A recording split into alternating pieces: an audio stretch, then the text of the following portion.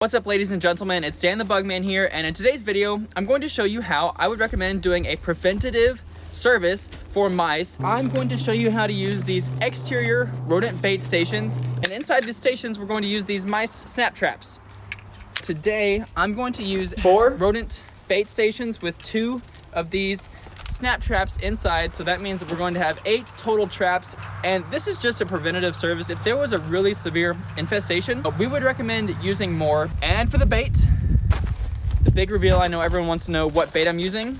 We got some peanut butter. This is one of my favorite baits to use personally, but it smells and it lasts a long time. You reach your fingers in here and you pull out this piece of plastic. I ripped it. And inside this plastic, you're looking for this bad boy. This is the key. These rodent bait stations are tamper-proof.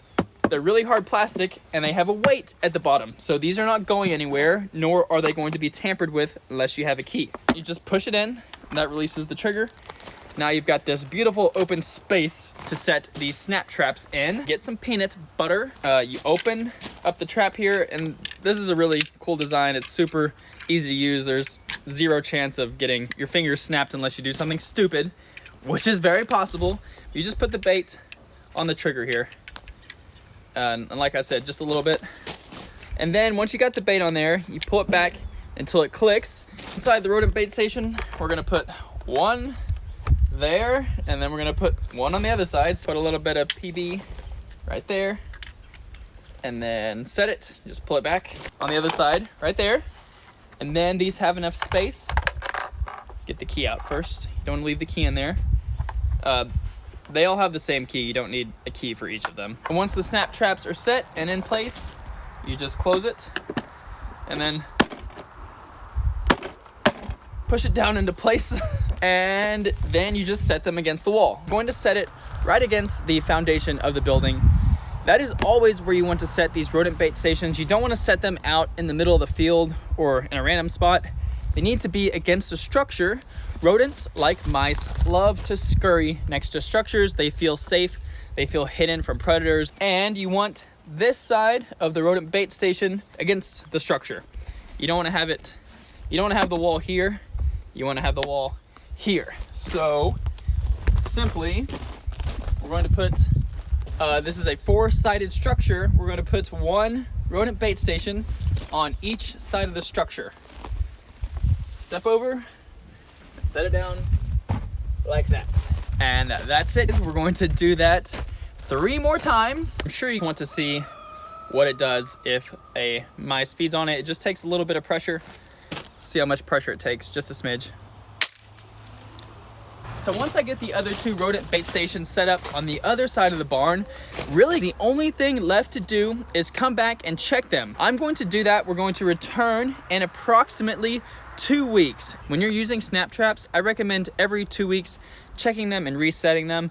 A lot of times, if you wait longer than 2 weeks, the bait is going to start to dry out. You could potentially push it to 3 to 4 weeks, but I would not go any longer than a month. If there is a big mice or rat problem at a property, a 1-week return time is actually recommended in a lot of cases. For my company, guys, when I do a rodent bait station like this, I set it up in BrioStack pest control software to remind me to return every 2 weeks. As soon as I complete the appointment today, it automatically puts an appointment on the schedule 2 weeks from today. It's super, super easy. It sends the customer a text message the day before saying, hey, just a reminder, Dan the Bugman is coming by your property to check those rodent bait stations he set out. So I got 2 more mice stations to do. Inside these rodent bait stations, they also come with these metal rods. These rods are stuck in these holes here. That's when you put the mice bait blocks onto the pole. Just so you know, that's also what comes in these rodent bait stations, but we're not using that today. These are also designed to hold the snap traps, so that's what we're using today. And there's the weight at the bottom. Like I said, guys, it's just a piece of concrete. It holds the station down so it doesn't blow away or get knocked over easily. I guess that's about it for today. I'm gonna go set up these other 2 rodent bait stations, and I'll see you again in about 2 weeks. Okay, we're back. It's been 2 weeks and 1 day. So we're going to check the traps and see what we've got here. So I pull out my keys. Actually, just a pro tip for any of you pest control people out there. I always keep the rodent bait station keys on my truck keys. So we just pop it open. And nothing there. We're going to just leave it. We're going to leave the bait stations just propped open like that. I'm gonna come back, put some fresh bait in there, and clean it off a little bit. So we're gonna check the 4 stations. The next one right here.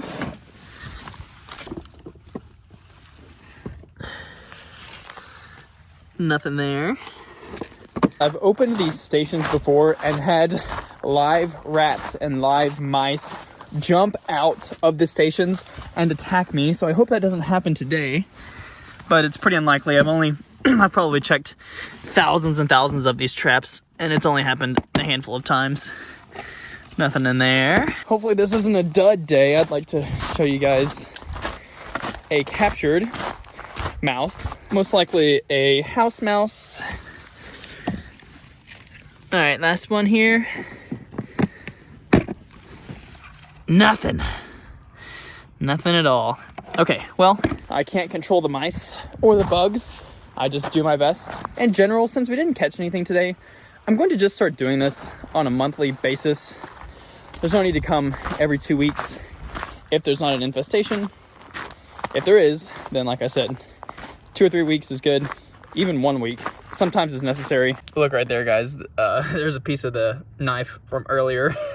It got smashed into the peanut butter. Okay, the rebaiting is simple. So you just hold it down with one side so it doesn't get you. And eventually, guys, you're gonna need to clean these. You don't want mounds and mounds of peanut butter building up over time, depending on how long you use this. So just give it a quick wipe down with just an old rag. And like I said, every month these need to be rebaited. They're going to dry out. Just that little glob there is perfect. And you just set it back down there. That's a fresh one. And that's the old one. Obviously, I think this right here is probably fine. It's only been 2 weeks. It's still gooey, but eventually the peanut butter is gonna dry out. Come in, wipe it down, get some fresh bait in there. And I'm going to do the other 3 around the barn here. And that's it, guys. I'm gonna change this to a monthly service since we did not have any activity, instead of every 2 weeks. And if I do catch one next month, I'll make a short about it and see what I caught. So stick around, wait, see if you can find that short. And thank you guys so very much for watching, and I will see you next time. Cheers.